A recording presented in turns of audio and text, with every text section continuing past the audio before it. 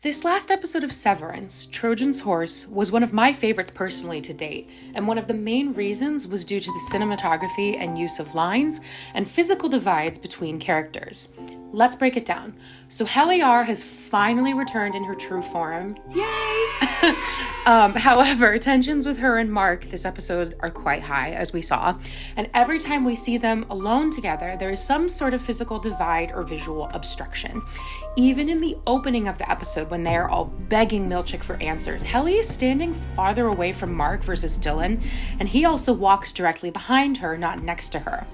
Later in the bathroom scene, we can see two Hellys. One is obviously herself, but the other is her reflection, and Mark is trapped between these two versions of the same person, representing his guilt, his anxiety, confusion, shame surrounding what happened last episode in Woe's Hollow, and his lack of trust in Heliar.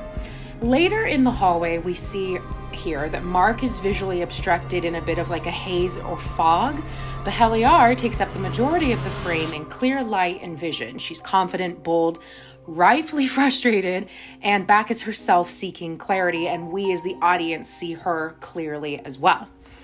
But this genius visual symbolism is not just limited to Helly and Mark.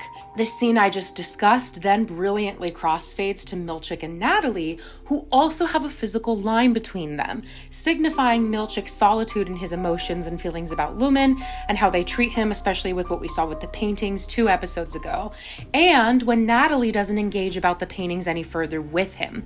Then later in this tense elevator scene with Milchick and Mark S., there is another physical line between them that Milchick ultimately crosses when he curses, I think for the first time we've ever heard in this series so far, someone please correct me if I'm wrong, and crassly reminds Mark that he slept with Helena. The visual idea of crossing worlds, crossing boundaries, and conflict dividing characters is not all negative to me in this episode, though, as heavy as this episode was, because towards the end of the episode, we see a long conversation between Bert and Irving, with half of the window dividing them from Bert's car, but the window's made of glass, it's clear, and it's not really necessarily, in my opinion at least, being used as a defensive barrier.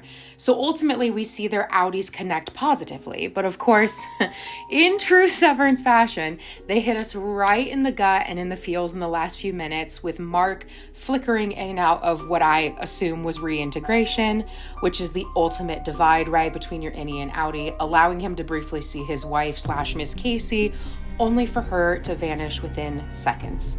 I'm obsessed with this show, I really am. It's absolutely flawless, and the way the visuals, holistically in every episode, but especially this one, pair so well with what we feel and what the characters are experiencing is peak art. I'm stoked for next week.